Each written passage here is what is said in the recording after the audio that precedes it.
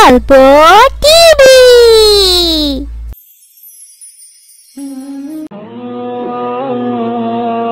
বাবা আবু রায়হান, তুমি কি করতেছ? দেখে যাও, বাহিরে অনেক ঝড় তুফান হচ্ছে। এতক্ষণ তো আকাশটা অনেক ভালোই ছিল। দেখো দেখো আবু রায়হান, বাহিরে কোনো কিছুই দেখা যাচ্ছে না।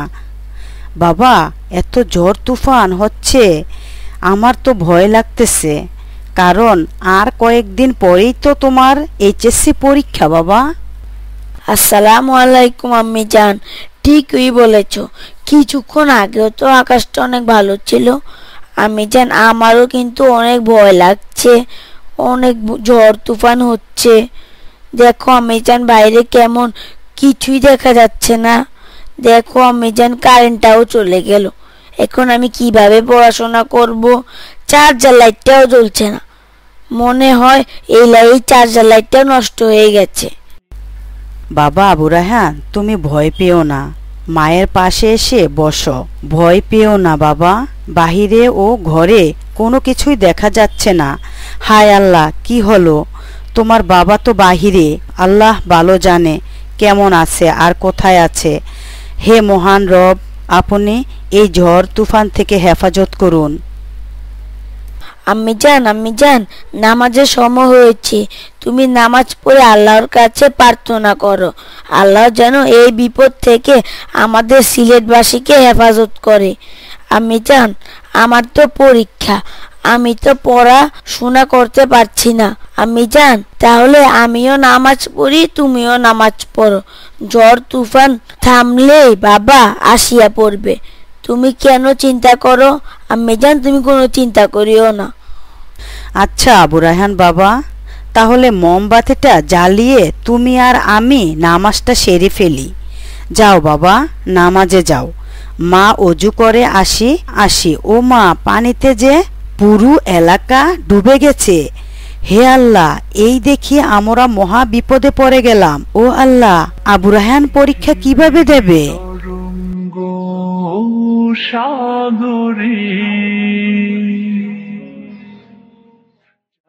প্রেমে সারা দিতে নদী ছোটে বহু দূরে, যার নামে শোনা যায় ঢেউয়েরই তরঙ্গ সাগরে। নদীর জলে শুনি যার কলক। আসসালামু আলাইকুম রাবেয়া বোন, তোমাদের খবর কি? এইমাত্র টিভিতে দেখলাম তোমাদের সিলেটে অনেক ঝড় তুফান আর বন্যায় সারা সিলেট ডুবে গেছে। রাবেয়া বোন, আবু রায়হান ও দুলাভাই কেমন আছে? ওয়ালাইকুম সালাম। আপনি আপা ঠিকই দেখেছেন, আমাদের সিলেটে অনেক ঝড় তুফান আর বন্যায় সারা এলাকা ডুবে গেছে আপা। বাসায় কারেন্টও নাই, একেবারে অন্ধকারে আছি আমরা। আর আবু রায়হান আমার সাথে আছে আপা। আবু রায়হানের বাবা নামাজে গেছে, জ্বরের কারণে এখনো বাসায় আসতে পারে নাই আপা। আমার মোবাইলে ও তেমন চার্জ নাই, বন্ধ হয়ে যেতে পারে। আপনি ফোন দিয়ে বড় ভাইয়ের খবরটা নিয়েন, ওরা কেমন আছে। সাদিক আলী আর আবু রায়হানদের তো পরীক্ষা, কি যে হয়ে গেল আপা। আমার অনেক চিন্তা হয়, কিভাবে যে ওরা পরীক্ষা দেবে, এই চিন্তা একটুও ভালো লাগে না। আচ্ছা বোন, তুই কোনো চিন্তা করিস না, আমি ভাইকে এখনই ফোন দিয়ে খবর নিতেছি। আর কারেন্ট আসলে তোর মোবাইলটা চার্জে দিস। আচ্ছা তাহলে ভালো থাক, আসসালামু আলাইকুম। সাদিক, তুমি কি করো বাবা? আসসালামু আলাইকুম বাবা, আমি পড়াশোনা করি। বাবা দেখেছো কেমন ঝড় তুফান আর বন্যায় কেমন সব এলোমেলো হয়ে গেল। জানো বাবা, আবু রায়হানকে ফোন দিয়েছিলাম, কিন্তু বাবা আবু রায়হানদের ফোন বন্ধ পেলাম, তাই ওদের সাথে কোনো যোগাযোগ করতে পারি নাই। জানি না বাবা আবু রায়হানরা কেমন আছে, আমার ভয় লাগতেছে। খবরে দেখলাম বাবা ওদের এলাকা নাকি একেবারেই ডুবে গেছে। বাবা তুমি একটু খালামণিদের বাসায় গিয়ে খবরটা নিও তো, ওরা কেমন আছে। ওয়ালাইকুম সালাম। আচ্ছা ঠিক আছে বাবা, আমি ঝড় তুফান একটু কমলেই যে খবরটা নিয়ে আসব।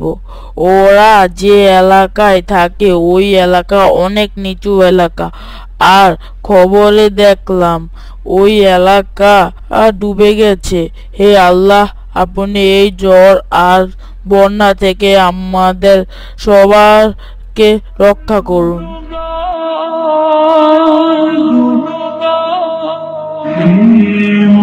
আসসালামু আলাইকুম। আরে খালামণি, আপনাদের ফোন বন্ধ কেন? কতদিন যাবত চেষ্টা করছি, কিন্তু তোমাদের সাথে কোনো যোগাযোগ করতে পারছি না, তাই আমরা সবাই চিন্তায় আছি। ওয়ালাইকুম সালাম বাবা আলী। খালামণিরা একটুও ভালো নাই। বন্যায় আমাদের সব ডুবে গেছে। 5 দিন আমাদের বাসায় কারেন্ট ছিল না বাবা।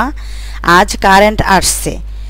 মোবাইলও বন্ধ ছিল। কোনো কিছুই আমাদের ভালো ছিল না, তাই তোমাদের সাথে কোনো যোগাযোগ করিতে পারি নাই। আলী বাবা, তোমরা কেমন আছো বাবা? তোমার আব্বু আম্মু কেমন আছে? খালামণি, আমরাও ভালো নাই। বাবাকে মালয়েশিয়া থেকে পাঠিয়ে দিয়েছে ওই দেশের সরকার।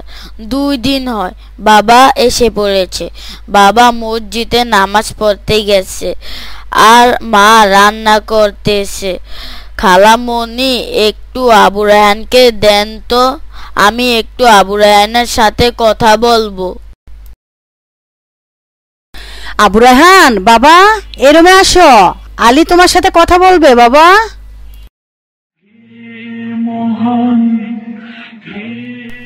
আসসালামু আলাইকুম আলী ভাই, তোমরা কেমন আছো?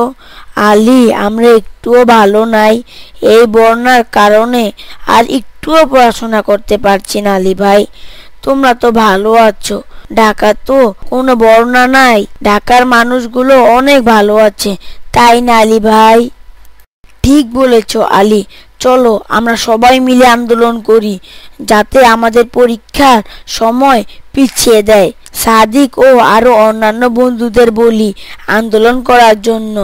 আমাদের সিলেটের অবস্থা অনেক ভয়াবহ ভাই, আমরা কোনো পড়াশোনা করতে পারছি না, বন্যায় সব ডুবে গেছে ভাই। আসসালামু আলাইকুম আবু রায়হান ভাই, আমরাও ভালো আছি। আবু রায়হান, সামনে তো পরীক্ষা। খালামণির কথা শুনে তো বুঝলাম তোমরা একটুও ভালো নাই, আর তুমি তো এখনো বন্যার কারণে পড়াশোনাও করতে পারো না। সবচেয়ে ভালো হতো যদি আমাদের এইচএসসি পরীক্ষাটা পিছিয়ে দিত, তাই না আবু রায়হান ভাই? তাহলে সবাইকে নিয়ে রেডি হয়ে যাই আমরা। কাল থেকে আমরা সবাই আন্দোলনে নেমে যাব। আবু রায়হান, এই বন্যার কেউ পরীক্ষার হলে যেতে পারবে না। বন্যা শেষ না হওয়া পর্যন্ত আমাদের আন্দোলন অব্যাহত থাকবে। আমাদের দাবি হলো বন্যা শেষে আমাদের পরীক্ষা নিবে।